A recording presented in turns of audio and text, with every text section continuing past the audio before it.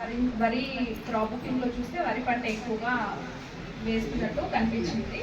మనకి ఏంటంటే ఇప్పుడు వర్షాభావ పరిస్థితులు తక్కువగా ఉండడం వల్ల వర్షాలు చాలా తక్కువగా పడే అవకాశం ఉంటుంది వల్ల మనం కొంచెం మన ఎర్రభూమి నేలలో ఒకవేళ ఏ సాయిల్ ఉంటే కనుక మీరు కొంచెం క్రాప్ వరి ఒక్కటే వేసుకుంటా పోకుండా కంది కానీ లేదంటే వెజిటేబుల్స్ కానీ అలవాటు ఉంటే కనుక అందులో మార్చుకోవడానికి.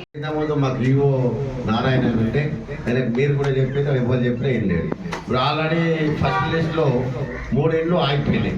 ఒకటేమో ఈయన ఆల్రెడీ కట్టిండు, అది మీకు మీరు దృష్టికి తెలుసు. దయచేసి ఆయనకు బిల్లింగ్ ఇవ్వాలి. మళ్ళీ ఇంకోటి ఏంటంటే ఒకటి ఒట్ల సులోచనది ఉంది, ఆమె కూడా అన్ని ఇల్లు కూడా కొట్టుకుంటే అది చేసింది, మరి ఆమె కూడా ఇవ్వలేదు. మీరేమో కొత్తది జరం.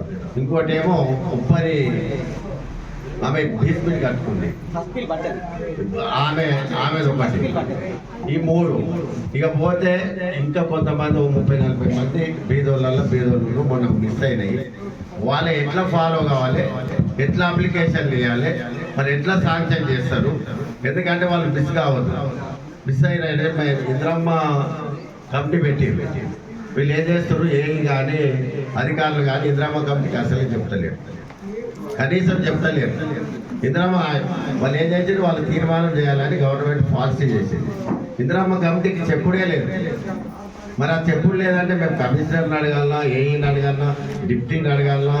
ఇప్పుడు మేము ఏంటంటే అది మళ్ళీ ఏదైతే మున్సిపల్ అయిందో మున్సిపల్ చైర్మన్ గారు అయ్యారు కాబట్టి మీ దృష్టికి కూడా తీసుకొస్తున్నాం. కొత్తపల్లిలో చాలామంది గుర్తించి బీదోళ్ళు ఉన్నారు కాబట్టి గవర్నమెంట్ ఇస్తుంది, ఇల్లు కట్టిస్తుంది కాబట్టి, ఇల్లు శ్వాసిస్తుంది కాబట్టి, 5 లక్షలు ఇస్తుంది కాబట్టి దయచేసి ఒక్కరిని కూడా మిస్ కాకుండా 2వ విడతలో కంపల్సరీ వాళ్ళని సెలక్షన్ చేయాలి. అది ఎట్లా ఫాలో కావాలో దయచేసి క్లియర్గా చెప్పాలి. ఓకే, ఈరోజు మనకి ఇచ్చిన టాపిక్ డ్రగ్స్ మీద మాట్లాడమని ఇచ్చారు. డ్రగ్స్ మనకు మెయిన్గా ఎక్కడి నుంచి వస్తున్నాయంటే మన బొంతపల్లి కానీ దోమడుగు కానీ మొత్తం 50% టెనెంట్స్ అనేవి ఎవరైపోయారంటే అవుట్ ఆఫ్ స్టేట్ వాళ్ళు అయిపోయారు. 2 ప్రాబ్లమ్స్ ఉన్నాయి. వాళ్ళు లేకపోతే ఇక్కడ ఇండస్ట్రీస్ నడవలేని సిచ్యువేషన్లో ఉన్నాయి. వాళ్ళు లేకపోతే హైదరాబాద్లో కూడా ఏ ఇండస్ట్రీ కూడా నడిచే పరిస్థితి లేదు ప్రజెంట్. ఒక రకంగా వాళ్ళ నెసెసిటీ ఉంది, వస్తున్నారు, ఉంటున్నారు. డ్రగ్స్ గంజా అనేది వాళ్ళ దగ్గర బాగా దొరుకుతుంది. ఏది మన మూసాపేట 100 రూపీస్ ఇస్తే చిన్న పొట్లం ఇస్తున్నారు, అవి తీసుకొస్తున్నారు, వాడుతున్నారు మెల్లమెల్లగా. మరి మెయిన్గా వాళ్ళ ఉద్దేశి మన పిల్లల మీద కంట్రోల్ మనం పెట్టుకోవాలి. పేరెంటల్ సూపర్విజన్ అనేది కంపల్సరీ ఉండాలి పిల్లల మీద. మన పిల్లలు ఏం చేస్తున్నారు అనేది మీరు ఖచ్చితంగా మానిటర్ చేసుకోండి. ఒక్కసారి దానికి అడిక్ట్ అయితే బయటపడడం చాలా చాలా కష్టం. అట్లా ఎవరైనా ఉంటే ఇనిషియల్ స్టేజ్లో ఉన్నప్పుడే కట్ చేయండి. డ్రగ్స్కి పిల్లల్ని ఎట్టి పరిస్థితుల్లో అలవాటు పడడం చేయకండి. పడితే తర్వాత కష్టం. మా దగ్గరకు వస్తూ ఉంటారు, సార్ మా వాడు ఎంజాయ్ అవుతుంటే మా వాటి తినలేదని. ఎందుకు ఇట్లా చేసినాం మరి అంటే ఒక్కకూడదు అని చెప్పి లావుగా పెంచిన సార్ అట్లా ఏవో చెప్తారు. మొత్తం అయిపోయినాక వాడు చేయి దాటిపోయినాక మా దగ్గరకు వస్తున్నారు. అలా చేసుకోకండి. చిన్నగా ఉన్నప్పుడే వారికి బరువు బాధ్యత నేర్పియండి. డ్రగ్స్కి మందుకి దూరంగా ఉండేటట్టు పెంచండి. మంచిగా చదువుకునేటట్టు అప్పుడే చిన్నప్పుడే అలవాటు చేయండి. ఏం చేసినా మిస్టేక్స్ అయితే. ఇంకొకటి రోడ్ సేఫ్టీ. మనకు ఆ నేషనల్ హైవే ఉండడం వల్ల ఏమవుతుందంటే దాని మీద జరిగిన యాక్సిడెంట్ మ్యాటర్లు మాట్లాడు ఆ సెటిల్ చేయడం టైం అంతా దానికే అవుతుంది. నిజంగా చెప్తున్నాము, మొత్తం ఆ 50% టైం అంతా రోడ్ మీద జరిగే యాక్సిడెంట్లకే అయిపోతుంది. సో మీరు లోకల్ వాళ్ళు ఖచ్చితంగా హెల్మెట్ క్యారీ చేయండి, సీట్ బెల్ట్ వేసుకోండి. స్పీడ్ లిమిట్ ఇస్తుందో అంతా. యూటర్న్స్ దగ్గర బండిని స్లోగా నడపండి. యూటర్న్ పోతూ ఉంటుంది, ఆ యూటర్న్ దగ్గర లెఫ్ట్ తీసుకుంటారు లేదా యూటర్న్ అయితే ఉంటారు. యూటర్న్స్ దగ్గర ఖచ్చితంగా బండిని స్లోగా నడపండి. దయచేసి ఇవి 2 పాటించండి. ఇంకొకటి మొన్ననే ఇక్కడ కొత్తపల్లిలో ఒక ఇష్యూ అయింది. మధ్యప్రదేశ్ వాళ్ళు 2 టీంలుగా డివైడ్ అయ్యి కొట్టుకున్నారు, ఘోరంగా కొట్టుకున్నారు, కట్టెలు తీసుకొని. వాళ్ళకి ఇల్లు రెంట్లకు ఎవరైతే ఇచ్చారో వాళ్ళకి ప్రాపర్ ఇన్స్ట్రక్షన్స్ పాస్ చేయండి. ఏం చేయాలి, ఏం చేయకూడదు. ఇలాంటివి చేయకపోతేనే మేము రూమ్ ఇస్తాము. చేసినట్టయితే మా రూమ్లో ఉండకండి అని చెప్పి మీరు ఖచ్చితంగా అందరి ఆధార్ కార్డు డీటెయిల్స్ అన్ని కలెక్ట్ చేసుకొని పెట్టుకోండి. ఎందుకంటే మొన్న వాళ్ళ గొడవ పడుతుంటే లోకల్ వాళ్ళు ఎవరు మధ్యలో పోలడానికి కూడా భయపడేది. వాళ్ళ మధ్యలోకి వెళ్ళడానికి కూడా మనోళ్ళు భయపడేది. అంటే అంత రేంజ్లో ఫైట్ చేస్తారు వాళ్ళిద్దరు. అందరూ ఎవరైతే రెంట్కి ఇచ్చారో ఒకసారి వాళ్ళందరి డీటెయిల్స్ కలెక్ట్ చేసుకొని పెట్టుకోండి. ఖచ్చితంగా ప్రతిరోజు లేదా వారానికి ఒకసారి వాళ్ళు ఖచ్చితంగా ఇన్స్ట్రక్షన్స్ చేయండి. అలా అయితే మీ ఇంట్లో ఉండమనండి, లేదంటే వెళ్ళిపోమనండి, కాల్ చేయమనండి. ఎందుకంటే రేపు పొద్దున వాడు ఏదైనా చేసిపోయిందంటే మనకు మనం వెతకడం చాలా కష్టం అయిపోతుంది. అన్ని డీటెయిల్స్ కలెక్ట్ చేసుకొని పెట్టుకోండి. ఇంకొకటి, మనకు బొత్తపల్లిలో చాలా కెమెరాస్ ఉన్నాయి. కొత్త కెమెరాస్ పెట్టాల్సిన అవసరం లేదు. పాత కెమెరాస్ని 1 వీక్లో రిపేర్ చేపిద్దాం. దానికి మన కొత్త 4 కౌన్సిలర్ కూడా సహకరించాలి. ఖచ్చితంగా నేను పిలిపిస్తాను టెక్నీషియన్ని. కొత్త ఏం అవసరం లేదు, ఉన్న పాత రిపేర్ చేసుకుందాం. ఆ కోతులు ఖరాబ్ చేయకుండా ఉండడానికి ట్రీ గార్డ్స్ లాంటివి పెట్టుకుందాం. మెయిన్ ఏమైతుందంటే మనం ఈరోజు పెడుతున్నాం, 2 రోజుల్లో కోతులు వచ్చి ఏదో ఒకటి చేసుకుంటున్నాయి. దాన్ని మా స్టేషన్లో కూడా 1 పెట్టించిన 1 రోజుల్లో 2 ఖరాబ్ చేసి అది అట్లా ప్రొటెక్షన్ లాగా పెట్టి ఓన్లీ ఉన్న కెమెరాస్ని మనం చేపిస్తున్నాం. ఓన్లీ ఉన్నవే, కొత్త ఏం అవసరం లేదు. అవే సఫిషియెంట్. మనకి 64 ఉంటే అలా కనీసం 50 అయినా పనిచేస్తాయి. ఇప్పుడు ఓన్లీ 50 పెట్టించుకుందాము. ఎందుకంటే ప్రాపర్టీ అఫెన్సెస్ కూడా బాగా అవుతున్నాయి. మనం దాని మీదే డిపెండ్ కావాల్సి వస్తుంది. కాబట్టి దీనికి మీ కొత్త 4 కౌన్సిలర్ కూడా సహకరించి 5 ఓకే 5 సహకరించి అది మాకు సహకరించాలని ఓకే. Thank you sir. కాబట్టి ఇప్పుడు మళ్ళీ ఏం చేస్తున్నారంటే 2002 తోటి పోల్చుకుంటూ ఇప్పుడు మనకు నాగేందర్ గౌడ్ గారు ఉన్నారు. వారికి ఈరోజు ఇక్కడ ఓటు ఉంది. 2002లో కూడా ఇక్కడ వారికి ఓటు ఉంది అనుకుందాం, ఉంటుంది. ఎందుకంటే ఒక 24 ఏళ్ల క్రితం కాబట్టి వారి ఓటు ఇక్కడనే ఉంటుంది. అప్పుడు మాకేముంటుంది అంటే ఒక యాప్ ఉంటుంది, బిఎల్ వరకు ఒక యాప్ ఉంటుంది. నాగేందర్ గౌడ్ గారు ఈరోజు ఫలానా ఓటర్ లిస్టులో ఫలానా సీరియల్ నెంబర్లో వారి పేరు ఉన్నది. ఆ రోజు ఫలానా పోలింగ్ స్టేషన్లో ఫలానా సీరియల్ నెంబర్లో వారి పేరు ఉన్నది అనే దాన్ని రెండింటికి లింక్ చేసేస్తారు. లింక్ చేసేస్తే ఏమవుతుందంటే ఇక ఆ ఓటు పక్కా అయిపోతుంది. ఇక ఆ ఓటుకి ఇక డోకా లేదు. అయితే అందరూ ఆ రోజు ఓటు ఉండదు కదా. ఆ రోజు 2002కు 18 ఏళ్ళు దాటిన వాళ్ళకు ఉంటుంది. అంటే ఈ రోజు 40 ఏళ్ళు దాటిన ప్రతి ఒక్కరు కూడా ఆ రోజు ఉండడానికి ఆస్కారం ఉంది. అంతకన్నా చిన్నవాళ్ళు ఉన్నట్లయితే వాళ్ళని ఏం చేయాలంటే వాళ్ళ తల్లిదండ్రులకు మ్యాపింగ్ చేయాలి. ఎవరైనా ఒక 35 ఏళ్ళ పిల్లగాడు ఈరోజు ఉన్నాడు. ఈ 35 ఏళ్ళ పిల్లగాడికి ఆ రోజు ఓటకు ఉండదు. కాబట్టి ఆ రోజు వాళ్ళ నాన్నగారు కానీ వాళ్ళ అమ్మగారు కానీ వాళ్ళకు లింక్ చేసేసి వారికి వీరికి మధ్యన బంధుత్వం ఇది, ఆ రోజు ఫలానా వారికి సంబంధించినటువంటి వ్యక్తి ఈయన అనేటటువంటి ఒక నిరూపణతోటి దీన్ని ఏమంటారు, ప్రొజనే అంటారు. అంటే వాళ్ళ యొక్క వంశానికి సంబంధించినటువంటి వాళ్ళతోటి మ్యాపింగ్ చేయడం, వాళ్ళ యొక్క కుటుంబ సభ్యులతోటి మ్యాపింగ్ చేయడం. అంటే ఈ 2 రకాల మ్యాపింగ్ ఇప్పటి వరకు చేయడానికి మన వారు ప్రయత్నం చేశారు. అయితే దీంట్లో చిన్న చిన్న సమస్యలు వస్తుంటాయి. అంటే ఎక్కడ వస్తాయంటే కొత్తగా వచ్చినటువంటి కోడలు ఉంటారు.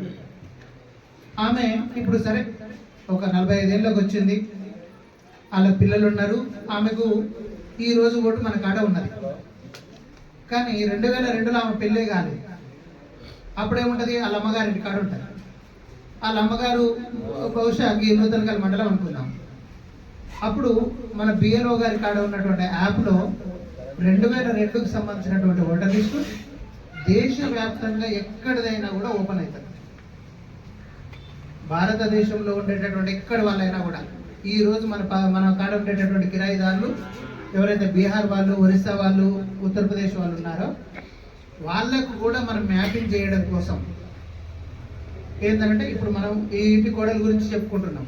నూతనకలు ఊరుంది. అప్పుడు మనం ఏం చేస్తామంటే మెడ్చల్ కాన్స్టిట్యున్సీలో ఈ అమ్మగారి ఇప్పుడు ఈ కోడలు గారి వాళ్ళ తల్లి గారి ఇంటి పేరు వాళ్ళ అమ్మ నాన్న పేరుతోటో చిన్నగా సెర్చ్ చేస్తే అలా పాలల పేర్లు అన్నీ బయటకు వస్తాయి. ఆ ఇంటి పేర్ల మీద 100 మంది ఉంటే 100 మంది పేర్లు మనకు కనిపిస్తాయి. కనిపించినప్పుడు కరెక్ట్గా వీళ్ళ తండ్రి పేరు ఏదో చూసి వాళ్ళ తండ్రికి మనం అది మ్యాచింగ్ చేయడం జరుగుతుంది.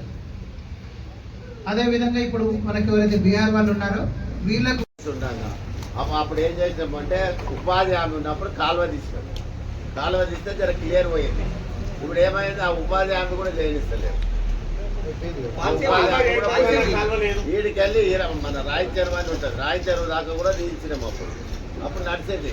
ఇప్పుడు ఏమైందంటే ఈయనకున్నదే 2 ఎకరాల పొలం, అలా మొత్తం మళ్ళకెళ్ళి నీళ్ళు వస్తాయి. ఇప్పుడు ఈయనకు 2 ఎకరాలు ఈ ఎకరం ఉంది, మళ్ళకెళ్ళి నీళ్ళు వస్తాయి. మొత్తం కంప్లీట్ ఊళ్ళో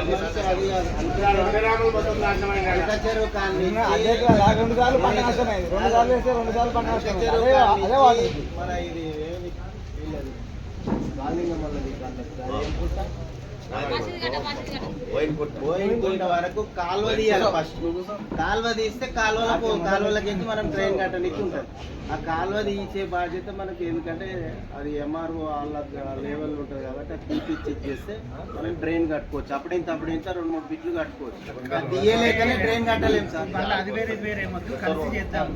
లేదు సార్, అది ఇప్పుడు తీయాలి కదా. ఇప్పుడు నువ్వు ఈడ సమస్య సార్ ఈడ సమస్య చేస్తావు, ఈడికే తీసుకొని ఆడవాడు. ఆల్రెడీ ఊరి కింద నడుస్తుంది అదే వ్యవహారం. ఇదంతా తీసుకుపోయి ఆంగ్లకి వేస్తేనే ఇదంతా సెట్ అవుతుంది సార్. అసలు జాయింట్ సర్వే లాగా చేద్దాం. ఇరిగేషన్, రెవెన్యూ, మున్సిపల్ వాళ్ళందరూ కలిసి కూర్చొని జాయింట్ ఈ సర్వే. లైన్ లో ఏమన్నా గవర్నమెంట్ ల్యాండ్ ఉంటే లేదు సార్, కాలువనే కాలువ ఉంది, కానీ ఈ లైన్ లో ఇది పోయేటటువంటి లైన్ లో ఎక్కడ గవర్నమెంట్ ల్యాండ్ ఉంటే ఒక ఎస్టీపీ కట్టుకుంటే శాశ్వత పరిష్కారం వస్తుంది. అట్లేం లేదు, ఏ ఏరియాకి ఆ ఏరియా కట్టుకోవచ్చు.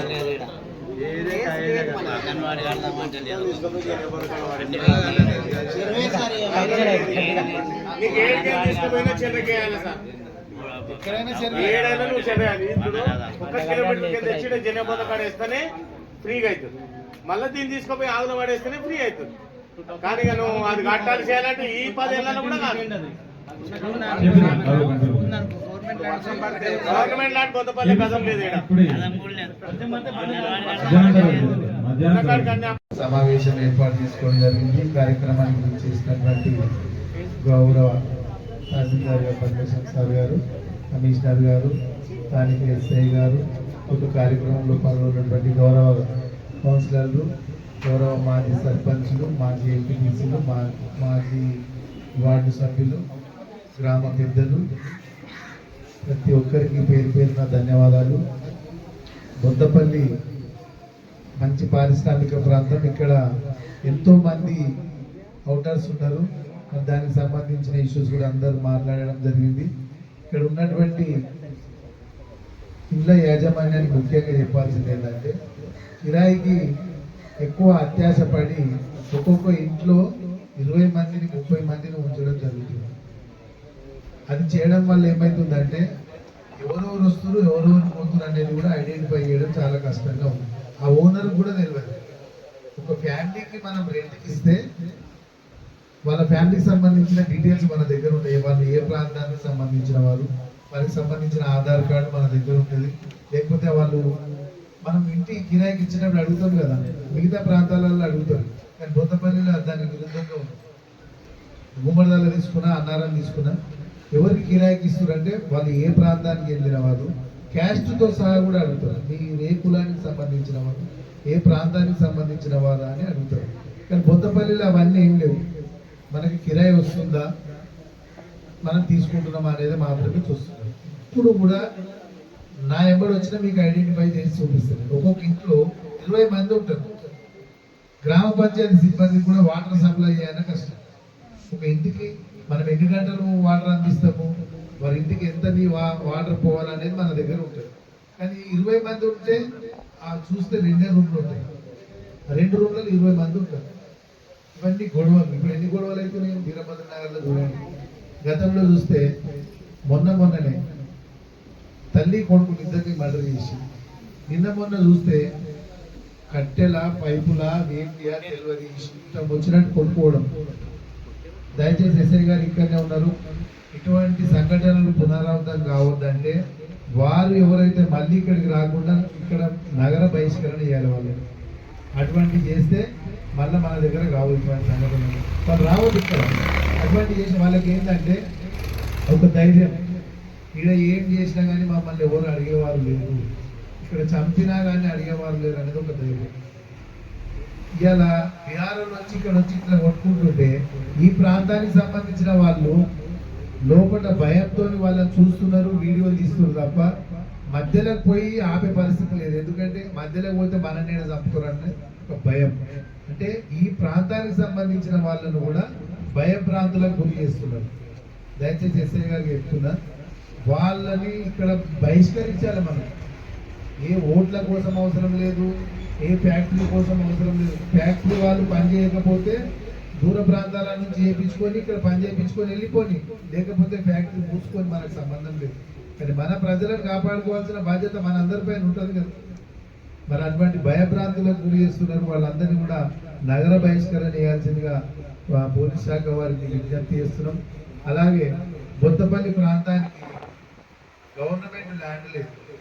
ఏదైనా చిన్న స్టేడియం కట్టాలన్నా లేకపోతే ఆట స్థలం కేటాయించుకోవాలన్నా ఇంకా దేనికి కూడా మనకు గవర్నమెంట్ స్థలం లేదు.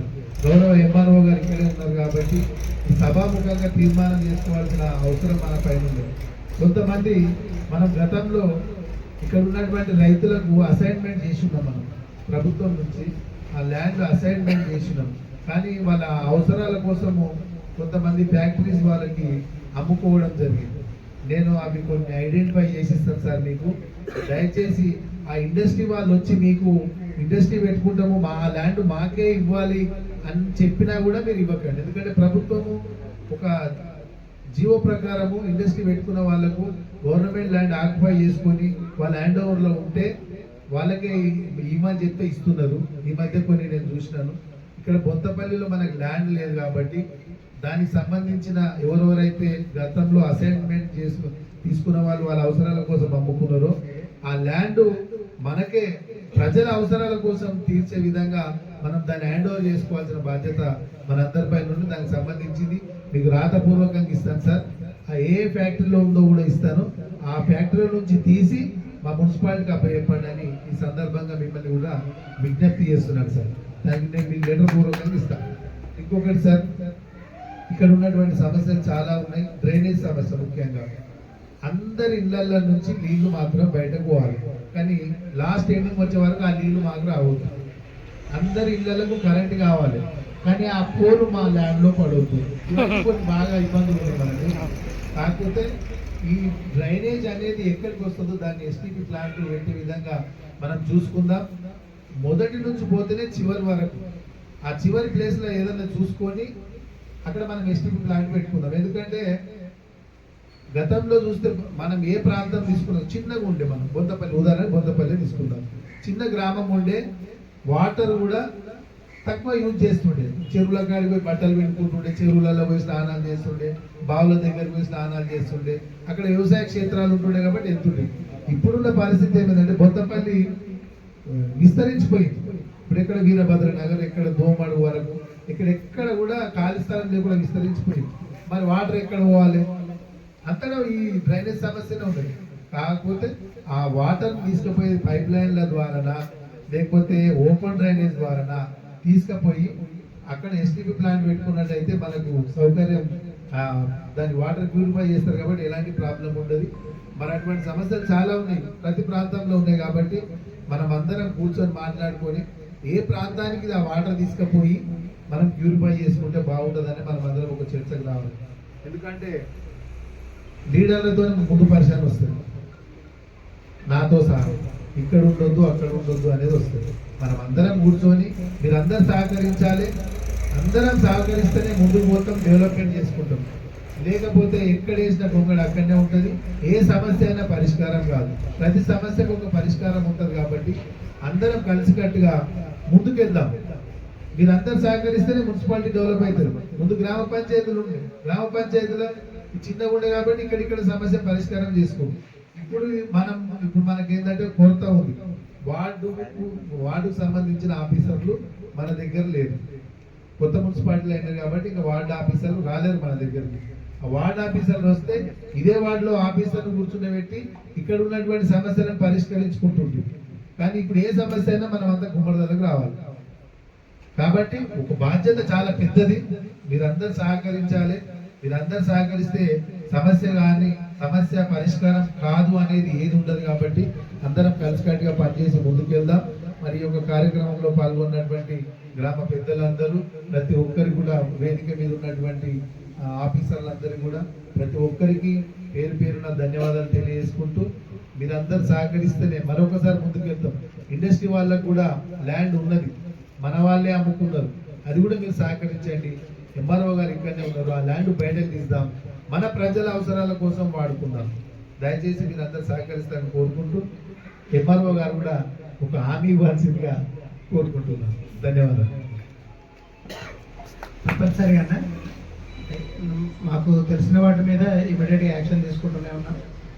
అలాగే ఇప్పుడు మీరు లెటర్ ఇస్తారన్నారు, లెటర్ ఇచ్చినటువంటి కొద్ది కాలంలోనే వెంటనే తీసుకొని వాటికి అప్పచెప్తాం.